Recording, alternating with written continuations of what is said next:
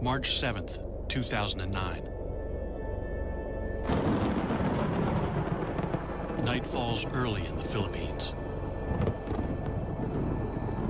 This is the Agusan Marsh, home to thousands of crocodiles. Nighttime hunters that share the marsh with people. Two young girls are on their way home from school. They have no reason to be scared. There's never been trouble with crocodiles. Until now.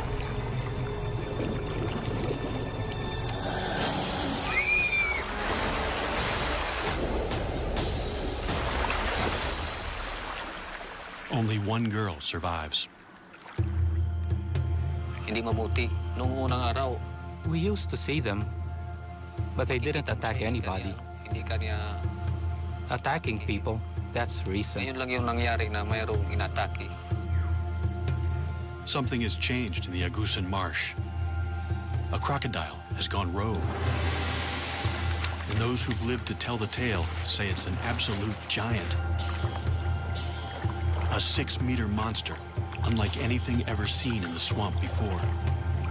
And they want it caught.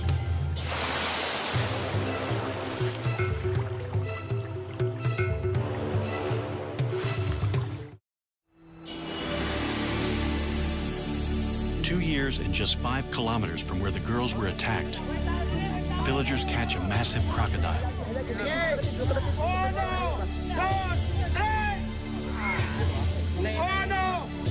They hope it's the killer.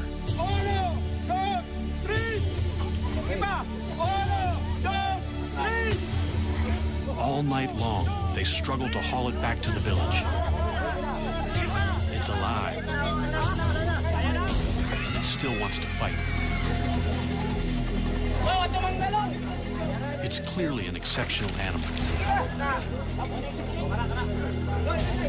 But the real question is, have they just caught the largest croc on record? And will that finally bring an end to 2 years of terror? The Agusan Marsh lies on the island of Mindanao in the southern Philippines. It's an almost pristine wetland the size of the city of Chicago. At the southern end lies Lake Mihaba. The enormous network of lakes, rivers, and marshland is an ideal habitat for crocodiles. People live here for the same reason as the crocs. The fishing is good. Some build their houses floating right on the water.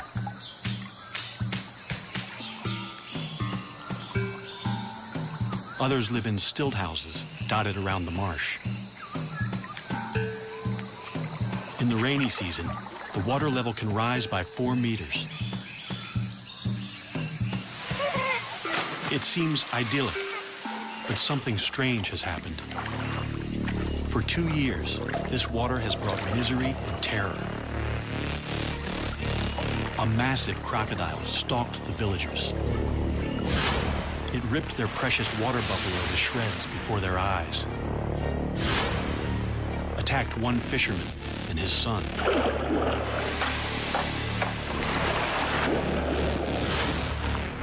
And snatched another man from his boat to eat him alive.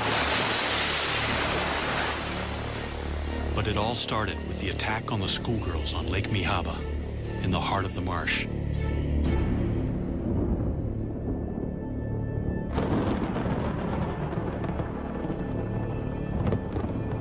It's 6 o'clock, already nightfall. 11-year-old Marina Ruiz and her friend Echel Rodrigo are heading home from school. Fisherman Roy Dagas follows right behind.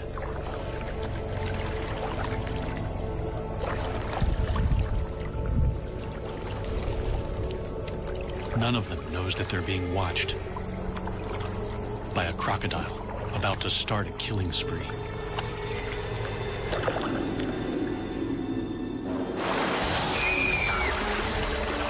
Sitting up front, Rowena never sees it coming. Roy saves Etchel from what looks like a monstrous crocodile. But Rowena is decapitated. Seeing her head in the crocodile's mouth was disgusting. Later on, we found her body covered with banana leaves. It was really smelling bad. Rowena's dugout canoe still bears the scars of the attack. This is Rowena's boat, and these are the bite marks left by the crocodile. Here, here, and here. What kind of monster can bite through solid wood? The culprit is a saltwater crocodile, or salty. They're the largest of all living crocodilians, typically reaching 4 to 5.5 meters.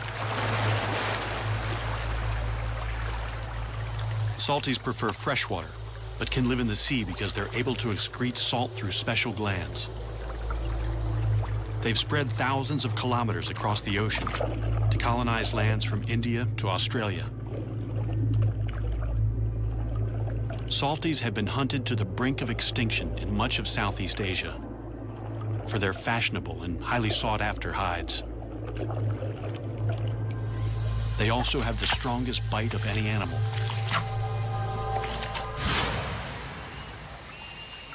The Agusan Marsh is one of the last strongholds of salties in the Philippines. Since 1994, the crocodiles here are fully protected. Killing one could land you 12 years in prison. The tables have turned. Now the people are being hunted. Roy Dagas is badly shaken by the attack. I was afraid that Rowena's parents would blame me for her death and kill me, since I was the one who picked her up. With a rogue crocodile in their midst, no one feels safe. But they have nowhere else to go. 70% of the people here make their living by fishing. We wouldn't get any work in town because my husband is a fisherman. So we have to stay here in the Agusan Marsh. We have no choice but to stay here. The people who live in the marsh are mostly an ethnic minority known as the Manobo. They live a mostly traditional lifestyle in one of the poorest areas of the Philippines, completely dependent on the marsh for their livelihood. After years of peaceful coexistence, people here suddenly live in fear of crocodiles. We stay inside most of the time because we are scared. We only go outside when Roy is around. We used to see them, but they didn't attack anybody. Attacking people, that's recent. Because the crocodiles are strictly protected, the villagers can't hunt the croc down until the government issues a permit. Meanwhile, children go to school, and the men still have to go out fishing to feed their families.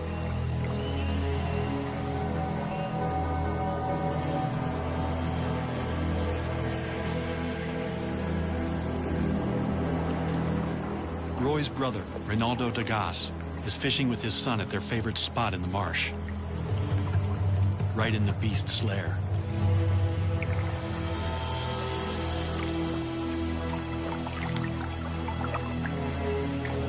Fishing from the low-sided canoe, they're sitting ducks when the monster croc attacks. The pair fights back. I hit it on the side of its head with my paddle. Then it bit the side of the boat. It was very close. They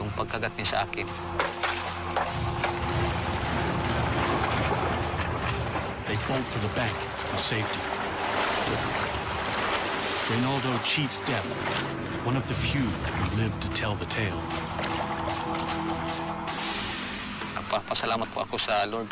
I thank the Lord for saving me that night, or I would have been dead meat. Just downriver from Lake Mihaba lies the village of San Marcos, population 1,075. The village has no electricity or running water. It's the main base for the Manobo, including people who live in floating houses and retreat here in the rainy season.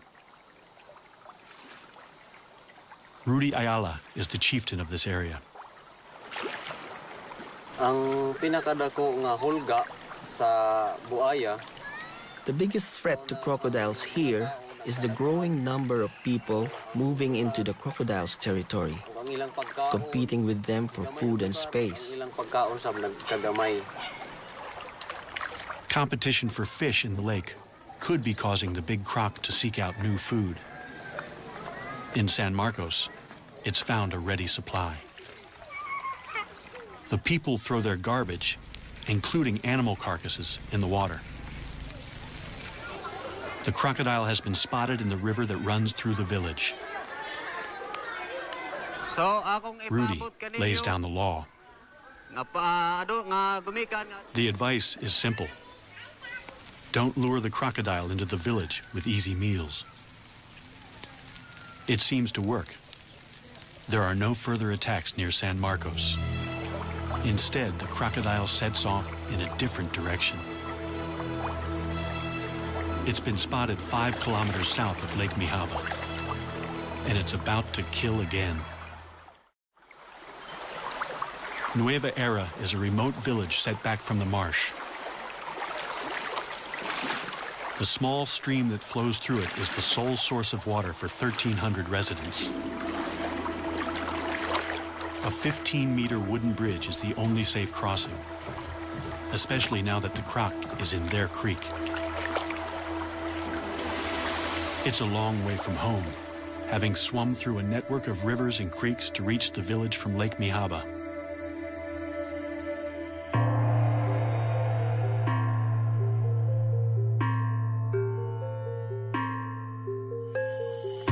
Local farmer Daniel Oxtero has already worked a full day on the land. After dinner, he has to go out fishing, working a double shift to feed a wife and 7 children. He doesn't go far. Fishing near the bridge, he's within earshot of his younger sister. Daisy's house overlooks the creek.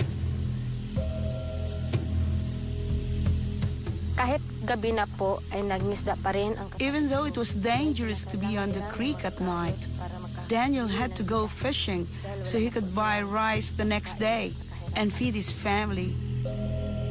Without knowing it, Daisy hears her brother's final moments. The night that Daniel disappeared, at about 9 p.m., it was dead quiet in the village. I felt like I was the only one awake. Then the dog started to bark angrily.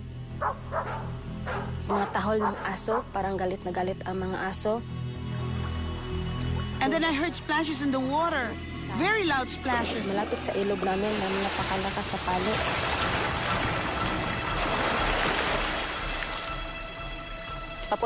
was terrified, so I went to bed.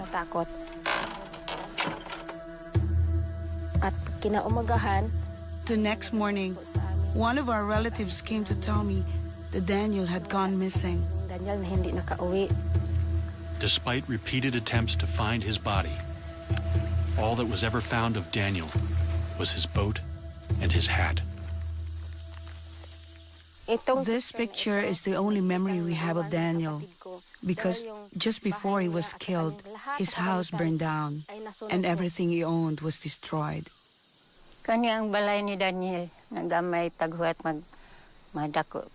This was Daniel's house, but it burnt down. He was building another one when he went missing. Daniel's family lost a provider and a much-loved father and son. Of course I miss him. He's my son. Perhaps it was fate. He was a fisherman, and maybe this is a fisherman's fate. The fate of Daniel's killer is also sealed. The government in Manila has finally issued a permit to hunt down the rogue crocodile. As long as it's taken alive. There's only one man for the job. Croc legend Ronnie Sumiller has been hunting nuisance crocodiles for 20 years. This will be his most dangerous mission yet. Members of Daniel's family are eager to show Ronnie to where the attack happened.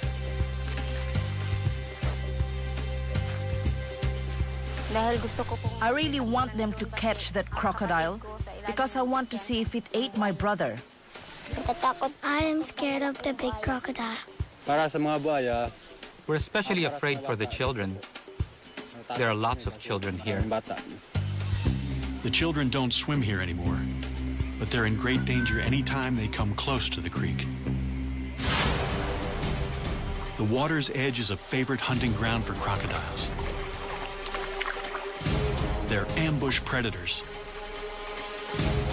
It's a strategy honed over millions of years. By lowering their heart rate to 2 beats per minute, they can stay submerged for an hour without breathing, waiting for prey to stray into the strike zone. The attack is sudden and fast. Death can be slow.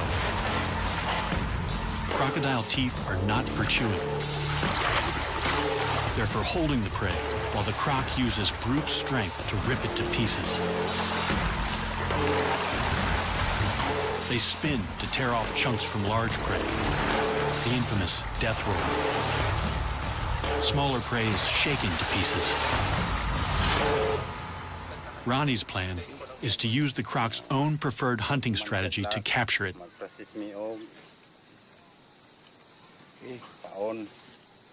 A morsel of chicken suspended just above the water is an irresistible lure.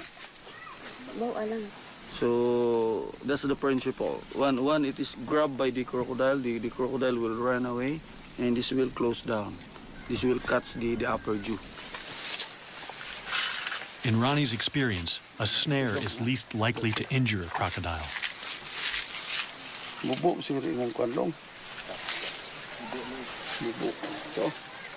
This is a hard job because we have to make sure that it's we have to capture it alive. Ronnie posts a sentry in a nearby treehouse. Now, it's a waiting game.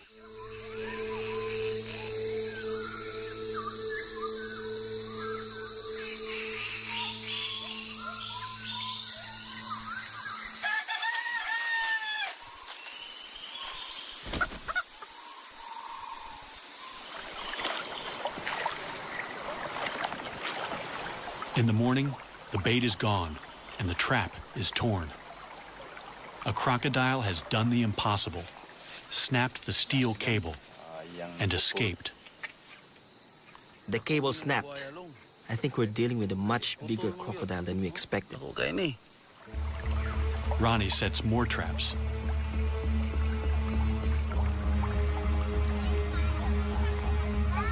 For the villagers, it's a terrifying wait. They find trap after trap in shreds. The croc must be huge. 3 weeks later, a trap finally holds.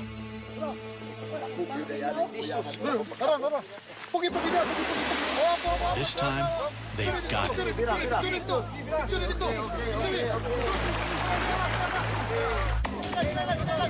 Several dozen men strain in a tug-of-war with a powerful crocodile on the end of their line. The beast is so heavy and so powerful that it takes several hours to haul it in. It's clearly no ordinary crocodile.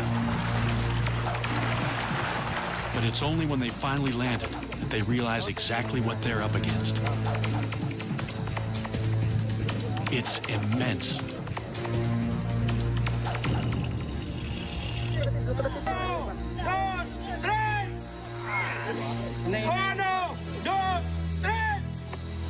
$60 people work all night to to drag the beast a kilometer and a half back to the village.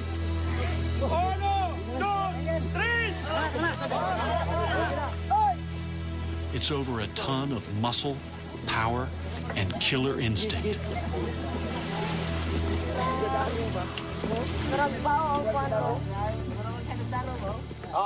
As word spreads that they've caught the killer, more and more jubilant onlookers flock to the creek. Everyone wants to get close to the enormous animal now that he's tied down.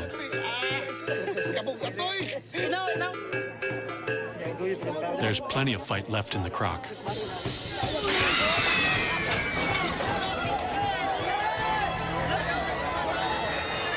For a moment, everyone's heart stands still. The ropes only just hold. But the hard part is yet to come. They have to transport the enormous reptile 11 kilometers to a purpose-built tourist park at Consuelo near the main road. The problem is, the road to the park is on the other side of the creek. And the only bridge is far too rickety and narrow. They have to transfer the killer crocodile to a makeshift pontoon and float him across.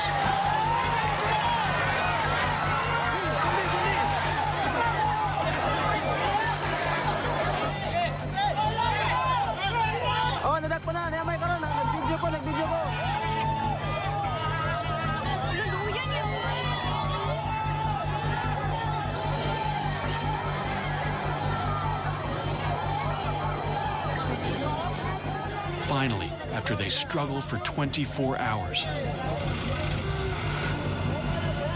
victory.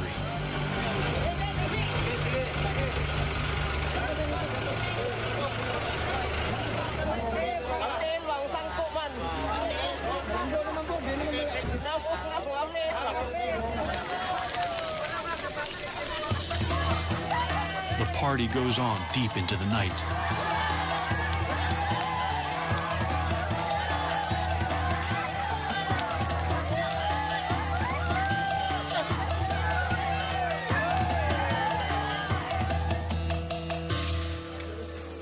Morning finds the monster the star attraction at the Echo Park. Its pond was initially going to be a swimming pool for children. It's clearly a male. He weighs more than 1,040 kilos. Female salties rarely exceed 160 kilos and grow no more than 4 meters. This guy looks to be over 6. They call him Lolong. Lolong could get them into the Guinness Book of Records. They finally get a good look at him, but the villagers have second thoughts about whether this is the killer croc. That's not the right one, is it? No, it's too small. In the cold light of day, they say that no matter how big he is, he's just too small to be the killer.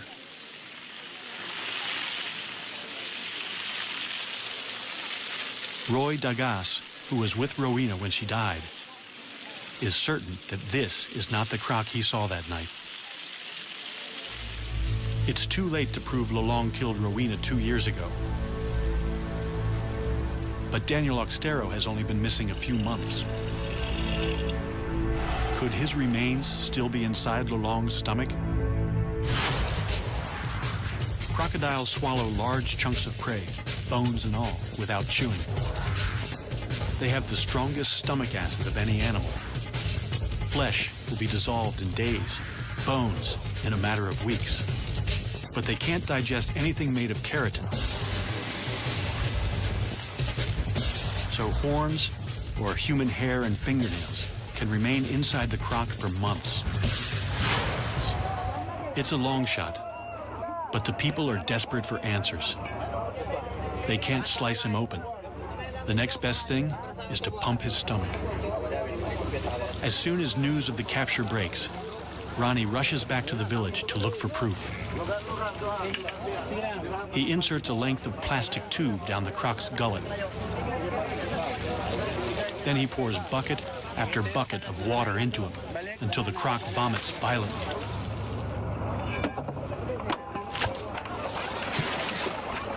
Ronnie doesn't find any human remains.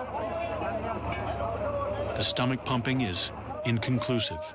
It's possible they didn't get everything out, or that Lolong had coughed up a hairball before they caught him. It's also possible that another giant crocodile killed Daniel, and that it's still out there. Life is returning to normal on the island of Mindanao, but it's not safe to go back in the water. Giant crocodile sightings continue even after the capture of the monster croc Lolong. Ronnie Sumiller is called back for duty. I am going back to capture the big crocodile, bigger than Lolong, because the villagers are endangered. Lolong could have taken to the creeks because a more aggressive male chased him out of the lake. It's a frightening prospect. The first place to look is Lake Mihaba in the heart of the marsh. Agusan's crocs are notoriously shy, so the best chance of finding it is at night. We are going to Lake Mihaba to spotlight and hopefully to see large crocodiles. With a local guide, he ventures into the crocodile's world at the most dangerous time. Every attack so far has occurred at night. It's dangerous to do this in this lake because of the presence of the large crocodile. But using flashlight, normally they will not attack. They're not alone. There are hundreds of crocodiles all around them. One of them could be the giant killer. In this lake, it could be 2 or 3 large crocodiles. Could be as large as Lolong, maybe 20 feet. They see lots of smaller crocs.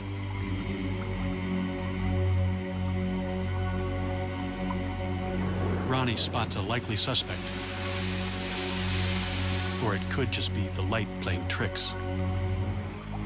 This is the area where Rowena was attacked by the crocodile. So the boat was capsized. They don't want to be the next victims, so Ronnie calls it a night. Then he gets another break in the case. Near Nueva Era, he hears of a rare sighting of a giant crocodile in broad daylight. He misses it by only hours. Hello. Hello. Did you see a crocodile over here? Yes, at about 11 o'clock. So, this is where its head was positioned? Yes, with its shoulders over here. How big do you estimate its head was? It was huge, and he had his mouth open like this. With a stick, Ronnie measures where the head was, so he can estimate the croc's total length.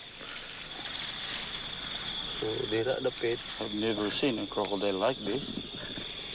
This is almost 40 feet, I should say. It's really a huge crocodile. Even for a skeptic, it's scary to imagine the croc that hauled out here. Then Ronnie discovers that this is not the first time that someone has reported a 12-meter croc around Nueva Era. A few months ago, Javar Abdul saw a colossal crocodile take down his prize water buffalo, or carabao. Imagine the croc that could take down one of these.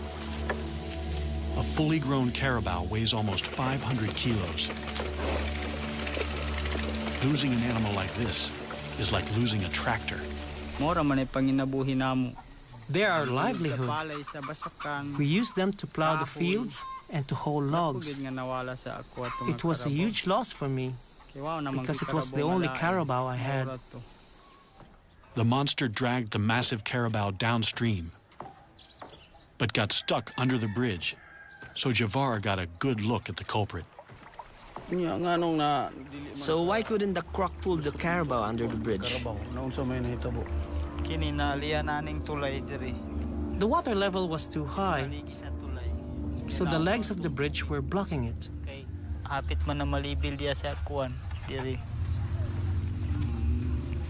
And how many crocodiles were there? 2. 2? Were they different sizes? Yes, a big one and a smaller one. Then he drops a bombshell. The smaller one was Lolong. How big do you estimate the big one was? I estimate more or less from that point over there to the far side of the bridge. Okay, let's measure that. Instead of one giant croc chasing another out of Lake Mihaba, it seems 2 giant crocs were feeding together. And the second one was even bigger than Lolong. Wow! 12 meters, ang taas. Oh, dako gyud nga buhaya kay 12 meters man. Ronnie now has 2 sightings of a croc even larger than Lolong, the one they captured. And no incriminating material in Lolong's stomach. So another croc could be responsible. Good news. An expert is on his way to measure Lolong and see if he's a contender for the world's largest croc. Dr. Adam Britton is the go-to guy for crocodiles for the Guinness Book of World Records. He certified the current record holder only a few months ago. At 5.5 meters, Australia's Cassius clay is the world's largest captive crocodile. Lolong could be bigger. Nothing can prepare Adam for what he's about to see. Here we go, Adam. Let's So see this is Lolong. Yep. Oh my God. Oh, he's absolutely huge.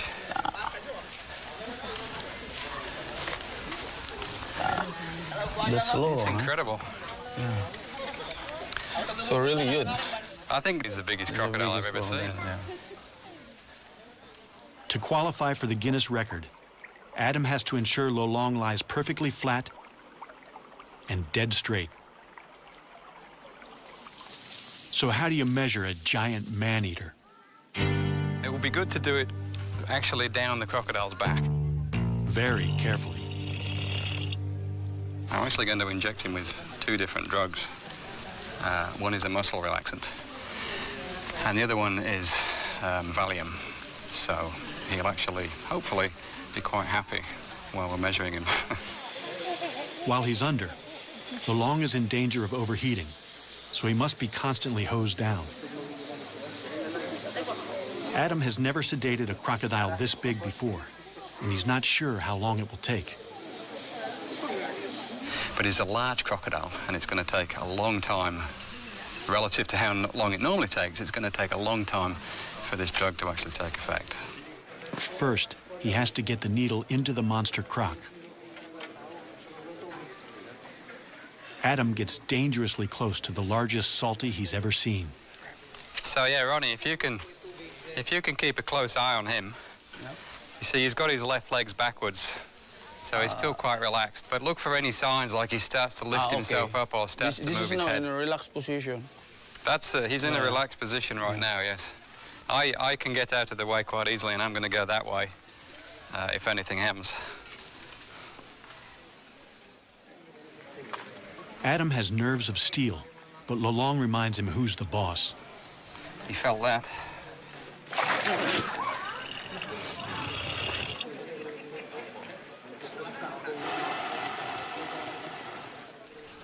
He's got some really powerful muscles that run down his tail, and this is intramuscular.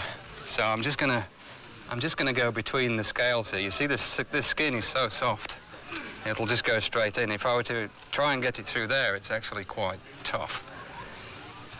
Okay.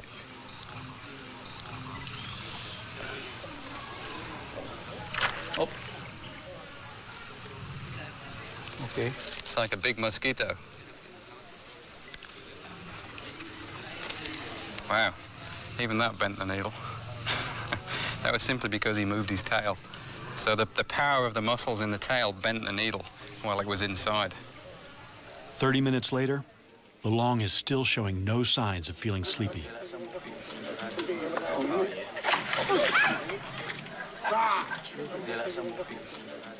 It's actually good. Every time he swings like this, then his blood is pumping. And the sedative that we put in will take effect more quickly. Okay. The sedatives are still showing very little effect. But Adam has drugged Lolong as much as he dares. Too much could kill him. They're going to have to shut those massive jaws by force. We have to remember that this crocodile is huge, it's enormously heavy, very powerful. Adam can't do it alone. He's going to need some help. We're going to use 6 people for this procedure. He's going to have, by the time we've finished here, he's going to have 2 ropes on his jaws. So one person on either side of his head is going to hold those ropes nice and tight. Then I'm going to jump on the back of his neck and push his head down. This is after I put a towel on his eyes. I'm going to get one person then behind me to help me keep weight on his chest, and then 2 more people on his back legs. And we're going to lift his legs up off the ground so that he doesn't have any leverage with those legs. And he's still going to be stronger than us, really. I mean, he's huge, incredibly powerful, strong crocodile. But it's amazing when you get on the back of the head, particularly, and you cover the eyes and you put pressure down there, they often give up. They'll just sit there and say, okay, do what you need to do. Fingers crossed, anyway. Ronnie rounds up 5 volunteers. They have to get in the pen with the giant crocodile and sit right on his back. Okay, let's go and test him first and see if that drug is taking any more effect.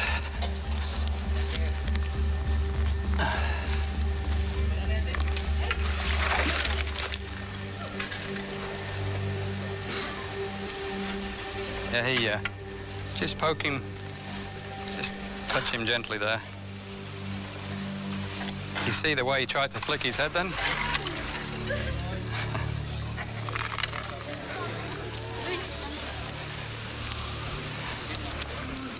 He's definitely lost some of his strength. They place towels over Lolong's eyes to help keep him calm. Okay.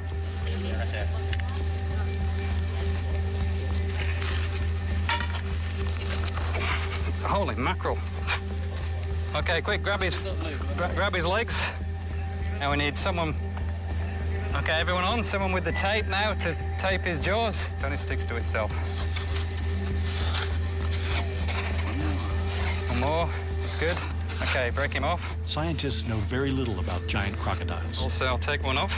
This is the first time anyone's been able to measure a living croc over 6 meters. Okay, is everyone good? Yep. Okay, good job. I mean, I'm so used to doing this, but everything's scaled up. It's amazing. It's like measuring a dinosaur. It's just, it's amazing. I'm not used to this. 84. 84, what was the name? 84, that's the interorbital. Okay. Adam takes this rare chance to make detailed measurements. 255, it's actually 496. What do you say? 450? Finally, yeah, okay, 450, the one exactly. everyone's waiting for. Now for the moment of truth. Dr. Adam Britton is going to measure snout to tip along the curve of Lolong's body. Yeah, that's good, yeah. Yep. All right, just make sure this goes straight down the middle again. This is the one that has to be. Yeah.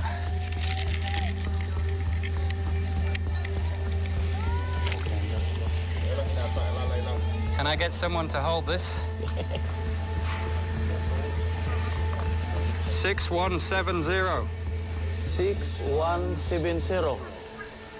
Which is the largest saltwater crocodile in the world. 6170.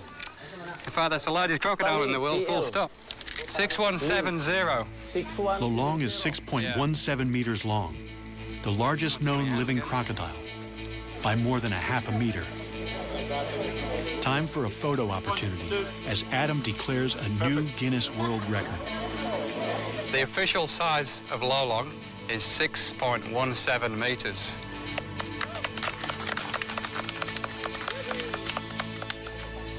give him a round of applause for that. That's very impressive. How did Lolong get so big? Adam thinks he was born to it, and that he could have big brothers with the same giant crocodile DNA. As with humans, nurture is just as important as nature. Crocs grow most when they're young, but any stress inhibits growth. Only 1 or 2 siblings in a clutch reach their full potential. In his formative years, Lolong must have had plenty of food and few competitors. There were also far fewer people in the marsh to stress him out with their outboards and dynamite. Adam has what he's come for, but getting off again is almost as hard. Everyone from the back will go backwards, all the way backwards, straight off. You last? Yes, yes. And then I will come off and I will take the towel off. So what you need to do now is cut this rope, cut this tape, sorry. Everyone ready to go back? Go, go, go, go. Backwards. Keep going. Let's go. Keep going. You too. Yeah. Okay, now you can... While Lolong is still a bit groggy, Adam can't resist the temptation to get his first really close look at the business end of a 6-meter croc. This is probably the most powerful set of jaws in the world, with teeth that'll make a meal of anything unfortunate enough to get too close. One thing that's interesting with these big crocs is the size and the shape of the head varies a lot. Lolong's is quite wide, so it's actually very interesting. He's got all these incredible gnarly ridges all the way down the front of his snout. But you look at his head and it's so flat and wide. Oh, and now he's opening his eyes to look at me. So, well, if he's looking at me, I'm going to move a little bit further out of range.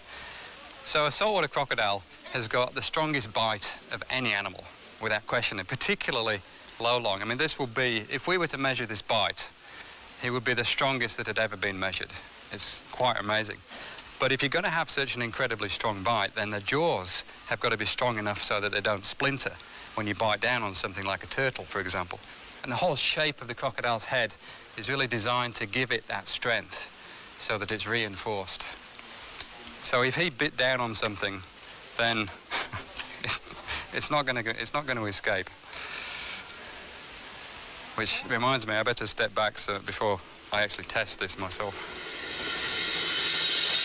Lolong is now officially the world's largest crocodile. His newfound fame is a massive boon to the community's tiny economy. In just the first few months, he brings in over $11,000 from tourists. There's a thriving cottage industry of Lolong-related goods. Their once mortal enemy has become a source of pride. However, there is still no proof that Lolong killed anyone. The attacks probably started because more and more people are moving into the crocodile's territory. And crocs are smart. Once they're onto an easy meal ticket, they'll keep coming back. There have been no more deaths since Lolong's capture. Still, the rumors of another giant croc won't go away. And after Adam and Ronnie go home, the people of the Agusan Marsh will still be living with thousands of crocs just meters from their houses. They've caught the world's largest crocodile, and they have a pen ready for his bigger brother. No matter what the experts say, the people believe that the real killer is still out there.